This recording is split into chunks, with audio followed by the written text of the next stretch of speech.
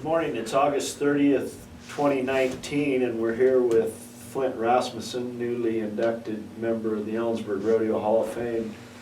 Flint, for the record, give us your full name, birth date, and birthplace. Flint A. Rasmussen, as a matter of fact. Okay. I was born January 25th, 1968, which makes me old, in Havre, Montana. Montana guy from start to now. Nice. Not quite finished, not start to finish, just now. To now.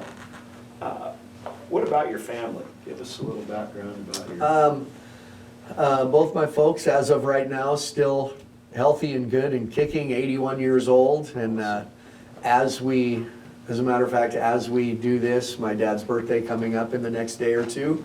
My dad was a rodeo announcer as I was growing up. Is that his primary living? Or? No, it was a summer, our summers consisted of a camper or a motorhome going to a lot of rodeos in Montana. Okay. And my dad had the opportunity early in his career to become a PRCA announcer and chose to stick with, he at one time was a school teacher and then was an owner in an insurance real estate accounting firm, chose to not hit the road and stay closer to his family and did just rodeos in Montana in the summer. So I grew up, my mom always says I grew up on the steps of an announcer stand. So I watched rodeos from back here, learning when guys were ready to go, when they weren't, when time needed to be killed. I was always a little bit of a deep thinker in that and watched a lot, never expecting to put it to use, but I think as a kid you assimilate. It's like learning a language as a kid. It just assimilates in you. So I learned all of it from the view of a stock contractor, announcer. Production rather than... Production-wise, my mom was a timer at the rodeos. Sure. So, and then my brother, my oldest brother, my dad needed to fill in, double booked a couple rodeos. One was a small one, so he sent my brother who was in some radio stuff. So my brother is a very good PRCA rodeo announcer, top 5 nominated announcer of the year. Okay. My brother Will. So I have a sister in Oregon who's in education and another brother that's a justice of the peace in Teton County, Montana, and a cowboy and rancher. So yeah, family's in it. You shared a little bit about your upbringing. I understand you were a high school athlete. And, the older I get, rodeo. The older I get, the greater I used to be. That's it. We all got to do that. But looking back now, the way I was brought up and what interested me all contributes to what I do in the arena. I was a pretty good athlete. In Shoto, Montana, I was good. I was an all-state football player. Placed in the state track meet. Still have the school record in the long jump at my high school after all these years. Started around the basketball team, and typical, I guess, small town stuff. It was fun. You were kind of what's the song? Everybody dies famous in a small town. And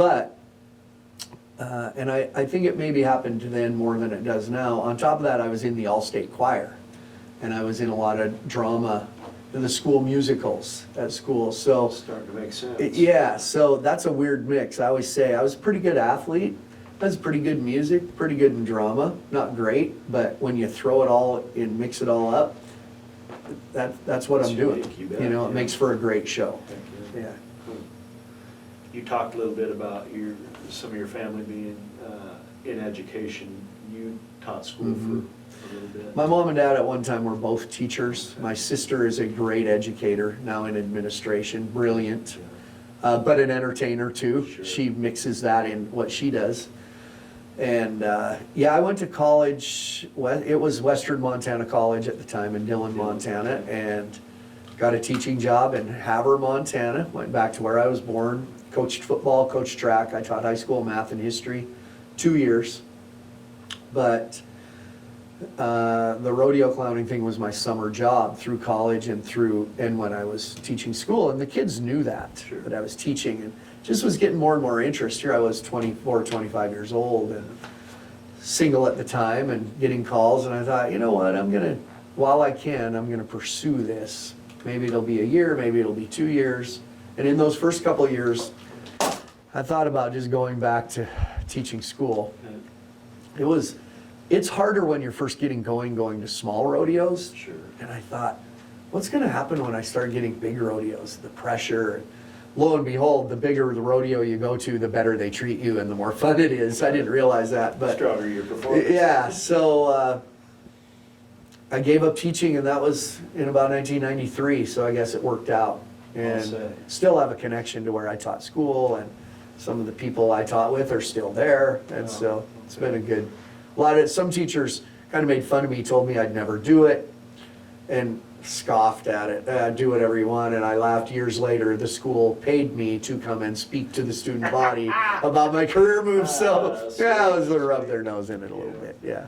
Well, I went the other way, rodeoed first and then went to teach at Yeah. school. I've been at the local high school since It's about 1996, and we were talking last Mm-hmm. night about you're on stage, you're literally performing Yeah. each day in the classroom. Yeah, and it is, that's, I don't know if people, that led people, to yeah, well, people come to me and, bet you don't miss teaching, what'd you do last 2 years and couldn't stand it? I did not dislike teaching. You're the kind of person that it seems like would be Yeah, into it. I could be a great teacher right now. I think you come out of college and you're 22 years old and have never been anywhere and you go right into a teaching job. How many teachers do we know have never done anything except that? I would love, this is deep, I wish education didn't make it so difficult to be a teacher after you've experienced life. I mean, you think about an engineer for Boeing in Seattle, puts in 20 years, he's 42 years old and says, I want to go teach math at a high school, and has to go back and take all these education classes. And Guys, we need to be recruiting. yeah, I would love to be able to, people have asked me, will you go back to teaching? How? I'll have to go back to school completely, and I could be a great teacher now, I think. I agree. Yeah, anyway. What was your first recollection of the Ellensburg Rodeo?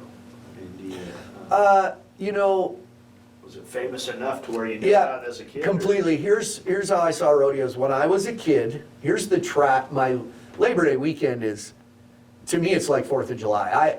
When I was doing radio weekly, I would always say, Labor Day weekend to me is as big as the 4th of July weekend, in my mind.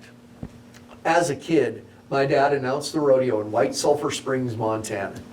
The Labor Day Rodeo. Back in the day when you got 3 channels on the TV at the Spa Motel, Hot Springs Hotel in White Sulphur Springs, and all that was on TV was the Jerry Lewis telethon all weekend. And we'd swim, watch the telethon, go to the White Sulphur Springs Rodeo. I knew that down the road, the big Labor Day Pro Rodeo in Dillon, Montana was going on. Plains, Montana was one. As my career took off, I did Dillon, Montana. Then I did Filer, Idaho, before that. Then I did Walla Walla, and off in the distance that we've heard about since we were kids was the biggest Labor Day weekend rodeo, Ellensburg, Washington. It was another one of those ones. My wife at the time, she used to say, you know, the NFR someday. And I said, I'll never be able to do the NFR. I'm not that level. You have to know certain people. And Ellensburg was in that category. Pendleton was in that category. Reno, there's those rodeos, Cheyenne. And did Walla Walla a couple times, and this was the next one when I call him the great Butch Lemcooler, because he's one of the few rodeo clowns that I really kind of watched. Okay. When he quit coming here, I was next, and it was like, this is why everybody wants to come to Ellensburg. It's got a great energy. It's small town, family, but the best cowboys in the world come here. They're not anywhere else. They come to the Northwest in about the second week of August and never leave. Yeah. So yeah, I knew all about Ellensburg, yeah. You were here for 12 years, 8 years? Just 6 or 7. Okay. Not as, it's funny because when I think of here, I think I was here longer, but I think it was when I came, the good thing I had, honestly, when I came here, I had done a few big rodeos before. I was calmed down, if you will. I knew how to handle big settings, high pressure situations. So when I came here, I think I was able to step right in and make a difference. Change the way, yeah, and change the way people saw things. Butch Lemcooler had been here, but I had the confidence. I had been to the NFR. I had been awarded Clown of the Year a couple times already. So when I stepped in, the fact Butch Lemcooler had been here, I had the confidence to go, it's all right. Wait till you see what I do. Don't compare. And what's cool is people here never did. Loved Butch and what Butch did, and I was here doing it completely different. You didn't find that, yeah, but Butch did it. Never got that. God, we loved Butch. Great job. Yeah. You know, the famous trampoline stuff, and then I threw in music and a piano and Michael Jackson and two different things, and I had the confidence to do that. I wasn't intimidated. What would you consider your first big rodeo? You know, one of the first very intimidating things I did, I wouldn't put it on the list of rodeos people know. I got a call from Mike Servey in about 1996. I just really was trying to get a break. There was a conflict in San Antonio and San Angelo, Texas, a winter rodeo. Leon Coffey, they overlapped. And Leon Coffey, who is one of those guys that everybody knows, he'd been to San Angelo forever and couldn't go. And Mike Servey called me and said, would you come to San Angelo? When I got done peeing down my leg, my wife and I loaded up the pickup in the camper and drove from Stevensville, Montana at the time, Lolo, Montana, to San Angelo, Texas. And that's that case of big rodeo. Oh my God, is everybody gonna treat me good? Hadley Barrett was the announcer. I knew all about Hadley Barrett, famous rodeo announcer, never met him. Stepped in, called him on the phone. He made me feel like the most important guy in the world, put his arm around me, and away we went. And the first day it was, where's Leon? And the next 3 days it was, who's this Flint? We like it. We like this guy, yeah. So that was a big break for me. Real It's big. about the people. You said Mike Servey and Yeah. Hadley Barrett. Yeah. When you have the confidence of those kind of folks. Yeah, and they stepped up, helped me, and then I got winter rodeo wise, it was Denver and Tucson. Summer wise, it was more gradual. I did places like Sisters, Oregon, and some places like that, and then ended up following Leon Coffey at the Reno Rodeo, and took a couple days, got the confidence, and never was cocky. There's a difference, but I was confident in what I was doing. So, and then I look back now and I never really thought of it as, I got that rodeo and wanted it. I got that rodeo. I went to California in the spring, Red Bluff and Clovis. That was a huge break for me. But I didn't have a checklist. Because I never had, when I started doing this in the summers, I never had any goals of making a living doing this. And I think that helped me because I wasn't impatient. I see young guys now and they'll do amateur rodeos for a year and say, okay, let's go. I want to do pro rodeos. Like, slow down, figure it out. So I wouldn't say I was polished by the time I joined the PRCA, but I knew what I was doing. And my dad and brother helped me a lot. But so when I started getting big rodeos, it was just, okay, I'll go, do. All of a sudden, I've done Denver, Tucson, Reno, end up going to Calgary, and then Cheyenne, and Pendleton, and Ellensburg, and I look back now and go, crap, that was a lot of fun. That was, holy crap, yeah. St. Paul, Oregon, it was, so, yeah, looking back now, what a deal. The story you shared last night at the induction banquet about taking your first job on a dare.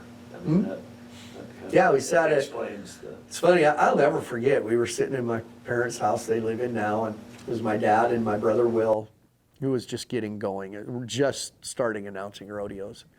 We talked and I said, man, I remember saying to my dad, these rodeo clowns they're telling the same jokes as when I was 5 years old. And I said, is that it almost is, and there still is with some traditional clowns, who I respect greatly, but I hear jokes at rodeos that I did when I was 5 years old, but the people still laugh, and that's okay. But I remember saying, if I did it, you know what, if I was a clown, I'd interact. And I use some of those old jokes too, but I'd bring the crowd involved, and I can dance, and I can do this, and I always entertained the family. You have a little bit of a vision, or not? Yeah, a little bit. My mom was like, you've entertained us for years anyway. And so my dad said, why don't you do it? You know, here I was, 19 years old, cool, you know, athlete. And my brother Will said, listen, in 2 weeks, I'm announcing the rodeo in Superior, Montana. A little cool rodeo. I'll call the committee, put some stuff together. I'll tell them you're coming. I worked for free, of course. And so they trusted my family because we were kind of a rodeo name in Montana. It wasn't like some guy off the street. You know, I knew everything there was to know about rodeo. Superior, Montana. That was the first rodeo I worked. But about a week before that, I was at a rodeo in Lewistown, Montana with my dad. I was in their motorhome hanging out, and there's a knock on the door. And it was Lloyd Ketchum, who now is in the Hall of Fame in Ellensburg and came here for years. Well, he was at a point in his career working those small rodeos in Montana. He was a bullfighter, but he was doing the clown acts too. Lloyd Ketchum was pretty funny. He knocks on the door. He said, I hear you want to be a clown. He said, I need some help with this act. It was the old outhouse, blow up the outhouse act. So we went to his trailer. So the first time I ever put clown makeup on, Lloyd Ketchum put it on my face. Like, here's what you do. And I helped him with this act. And it was great. That's your official first rodeo. I don't know. Yeah. I guess that could be, I helped with an act, and it was so fun. It was so fun. But then a week later, I went to Superior, and that was my kind of debut. And the next summer, a stock contractor in Montana hired me to do all his little rodeos, and then it just snowballs. Is NRA still the Yep. premier amateur association? Yeah, and they were NRA rodeos, and NRA's still around. My girl, a few years ago, my daughter at 18 years old was the year-end champion in the NRA in the barrel racing, the breakaway roping, and was the all-around cowgirl. Nice. And so that would meant a lot. That's rewarding to Yeah. the family, I'm Yeah. sure. Have you worked with Brother Will at the professional level? Yeah, my brother Will and I worked together quite a bit. Okay. Now it's been a while, because when I went to the PBR, he's still got a great career in rodeo. So it's been years now, which is too bad. Because talk about on the same page. Oh, man. Almost to the point it was detrimental. Like, I'd start something, he'd finish the sentence, I go, yeah. And That's it. you know, but we have similar interests in music. He's very musical, and I'm musical, and references. We talked family things, so it was good comedy. Do you play music or sing? Stupidly, I don't play an instrument because I was stubborn as a kid. But yeah, I sing. I always joke. I do weddings and funerals, and have sung a lot of places with my brother and sister. My two daughters are very musical. Very. My youngest daughter writes songs, posts them like on YouTube, keyboard, guitar, fiddle, you name it. They do it. So yeah. You reference your daughters. Tell us a little bit about them. Well, they're both currently on rodeo scholarships at Montana State University, and excelled. My oldest daughter was homeschooled through high school because she was unique in that the whole high school experience didn't mean that much to her. She just wanted an education, wanted to be active. And we went to spend some time in Arizona in the winter, so we homeschooled both of them at a time.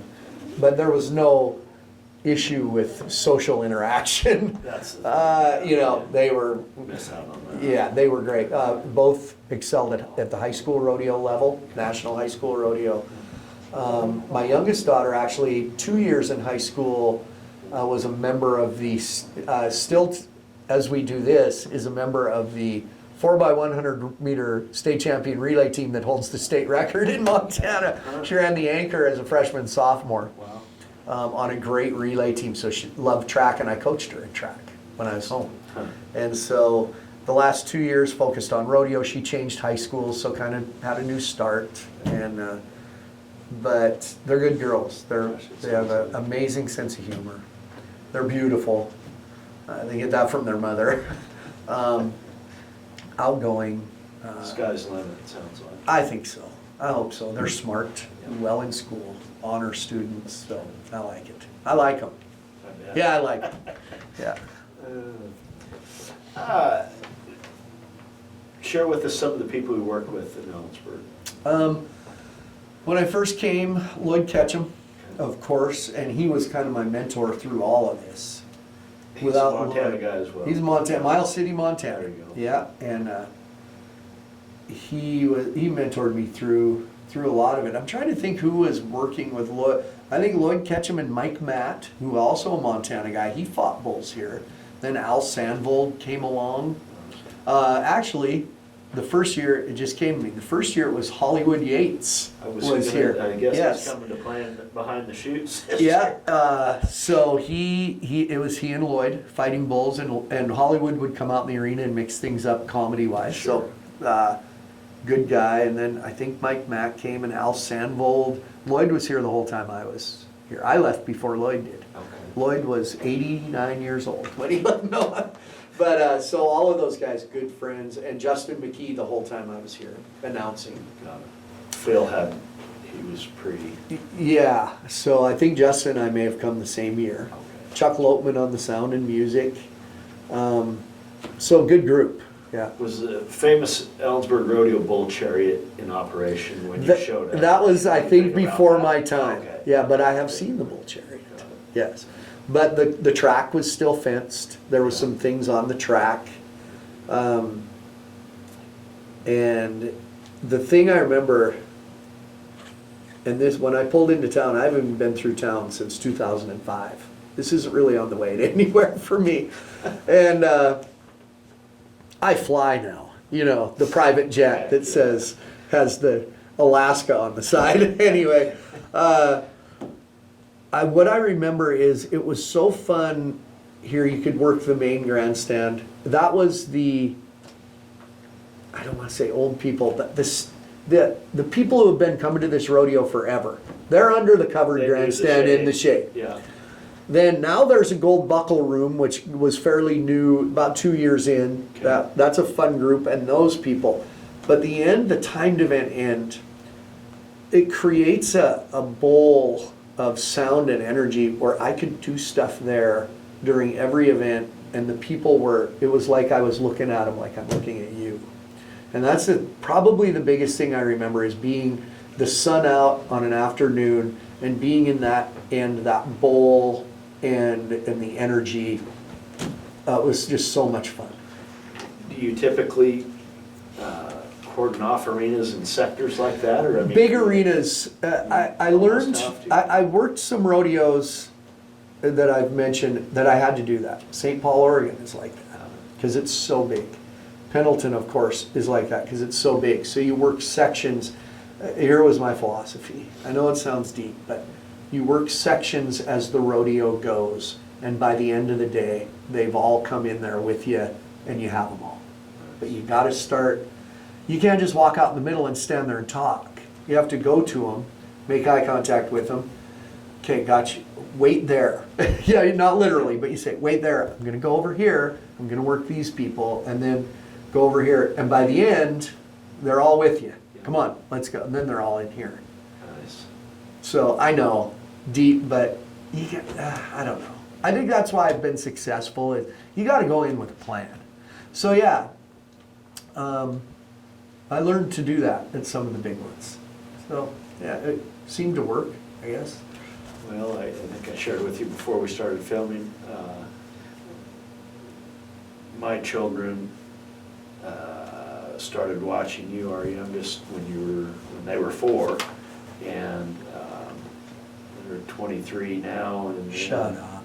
Daughter Trey has spent the summer working at the Ellensburg Rodeo ticket office, and she's a second-year nursing student. But she It's gets funny home for the because summer and all these kids get older, and I don't think of myself as older. That's these just kids how that it were rolls, isn't it? little, Yeah. and now they're my own girls. Yeah. You know, it's hard for me, I guess. I talk about these places, and my girls don't remember it much. My oldest one does. She's 20, so you know. But they were very Nature of small. youth, that was their. Yeah, they were very small, and it kind of, in a way, breaks my heart a little bit that was such a huge part of our life, and then I changed directions in my career, and they don't have huge memories of it, and I wish they did. Sure. But my daughter, who's 20, after the induction, Hall of Fame induction, I called her, and she was still up at college doing some stuff, and she said, "Dang it, they have breakaway rope in there now. I should have entered and just gone with you." And I went, "Oh yeah." Oh, yeah. Yeah. Flint, what kind of closing statement, or how would you like to wrap this up? Because I've had a connection with some of the other rodeos I did through the years. I still go to Calgary because there's a PBR connection there, so I do that. I go to PBR. Pendleton. They have a 2-night PBR, so I stick around. There's a connection there. Even St. Paul, I've been back there. I got put in their Hall of Fame and did a night of their PBR they had at one time, and it seems like there's connections. But I had not been in Ellensburg since I left. So I guess I have, maybe it could be a bad trait of something's done, it's done.